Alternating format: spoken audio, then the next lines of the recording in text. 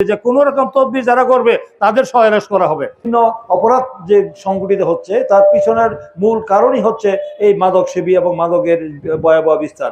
মাদকের বিরুদ্ধে আমরা জেহাদ ঘোষণা করব। আমি আজকে এই মাদকের যে ভয়াবহ বিস্তার, আজকে যে এখানে আমাদের সমাজে শুধু আমাদের এই কাভারগাঁয়ে নয়, মানে সারা বাংলাদেশের বিভিন্ন অঞ্চলে, বিভিন্ন পাড়ায় মহল্লায়, গ্রামে গঞ্জে সব জায়গায় সবচেয়ে বড় আজকে বার্নিং ইস্যু এবং সবচেয়ে বড় সমস্যা আজকে আমাদের সমাজে দেখা দিয়েছে মাদক। সেই মাদক এর কারণে আমাদের এই যুব সমাজ, ছাত্র সমাজ, তরুণ সমাজ আজকে ধ্বংসের দ্বার প্রান্তে। আজকে সমাজে যে এই বিভিন্ন মাদকের কারণে আমাদের চুরি, ডাকাতি, ছিনতাই, রাহাজানি, অনৈতিক কর্মকাণ্ড এবং আমাদের ধর্ষণের মতো ঘটনা প্রতিনিয়ত হচ্ছে।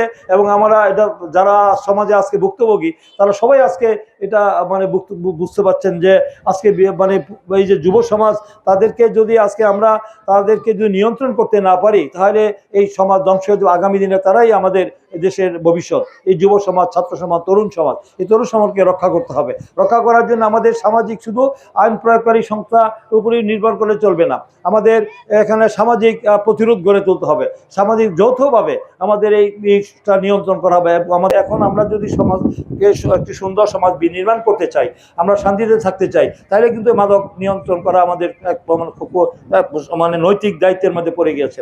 এবং আমি মনে করি যে একজন বসের এখানে আমাদের একজন বক্তা তিনি তার ক্যাটাগরিক্যালি বলছেন যে তারা জানেন যে কারা মাদক সেবী, কারা মাদকের সাথে জড়িত, কারা মাদক মানে কারবারি বা মাদক ব্যবসায়ী ক্লাব বিক্রেতা, কারা সেবন করেন, তারা সব জানেন। যে এলাকার মানুষ জানেন তো, নাকি আমরা জানেন না? অনেকেই জানেন তো জানেন। আপনারা তালিকা দিতে কোনো ভয় পান? ভয় পাওয়ার কোনো কারণ আছে?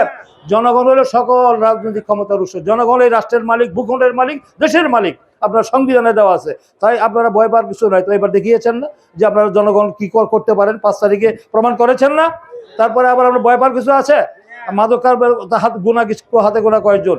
এই জন্য আমি মনে করি যে আপনারা যে তালিকা তৈরি করে নাম ঠিকানা দিয়ে আপনারা দেন, তারপরে যদি প্রশাসন তাদের বিরুদ্ধে ব্যবস্থা না হয় তাহলে যারা না হয় তারা আমাদেরকে বলবেন, আমরা যৌথভাবে নিব। তারা আজকে আপনাদের কাছে ওয়াদা করেছে, প্রতিশ্রুতি দিয়েছে যে আপনারা যাদের নাম দিবেন তাদেরকে গ্রেপ্তার করা হবে। আমি কি বলছি? আমি ওদের সামনে বলছি যে আমাদের দলের সাথে যদি কোনো মাদক, চাঁদা, সন্ত্রাস এবং কোনো অপকর্ম, অনৈতিক কর্মকাণ্ডের সাথে জড়িত থাকে তাদের ব্যাপারে ডাবল অ্যাকশন হবে, তাদেরকে ব্যাপারে কোনো ছাড় দেওয়া হবে না। তাই আমি মনে করি আপনারা সব ঐক্যবদ্ধ হন। ইনশাল্লাহ আগামী দিনে এই নরসিংদী থেকে এই নাগরিকগঞ্জ নরসিংদী জেলা থেকে যে মডেল বা জেলা করা হবে জন্যই বলছে, এই মডেল থানা এবং জেলা হবে ইনশাল্লাহ। এবং নরসিংদী থেকে মাদক মুক্ত ঘোষণা করবো ইনশাল্লাহ। আমি মাদকের বিরুদ্ধে আমরা জেহাদ ঘোষণা করবো। জনগণকে নিয়ে ঐক্যবদ্ধভাবে সেই মাদক নির্মূল করার জন্য, মাদক থেকে জনগণকে রক্ষা করার জন্য আমরা যা যা করা দরকার সব পদক্ষেপ আমরা ইনশাল্লাহ নিব।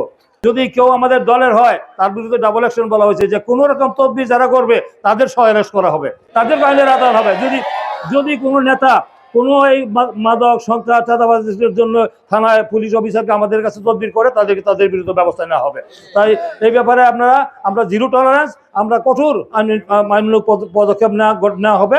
কিন্তু ওই যে মোব যেটা বলছে যে কোনো রকম আইন নিজের হাতে তুলে নেবেন না, যেহেতু আমাদের আইন প্রয়োগকারী সংস্থা আপনাদেরকে আশ্বস্ত করেছেন, তাদের উপরে আস্থা আছে, আপনাদের আস্থা আছে। যদি আস্থা থাকে তাহলে আপনারা এইভাবে খালি আমাদেরকে জানাবেন, আমরা ব্যবস্থা নিবে। আইন প্রয়োগকারী সংস্থা তাদেরকে নিবে, আইনের আওতায় নিয়ে তাদেরকে কঠিন শাস্তি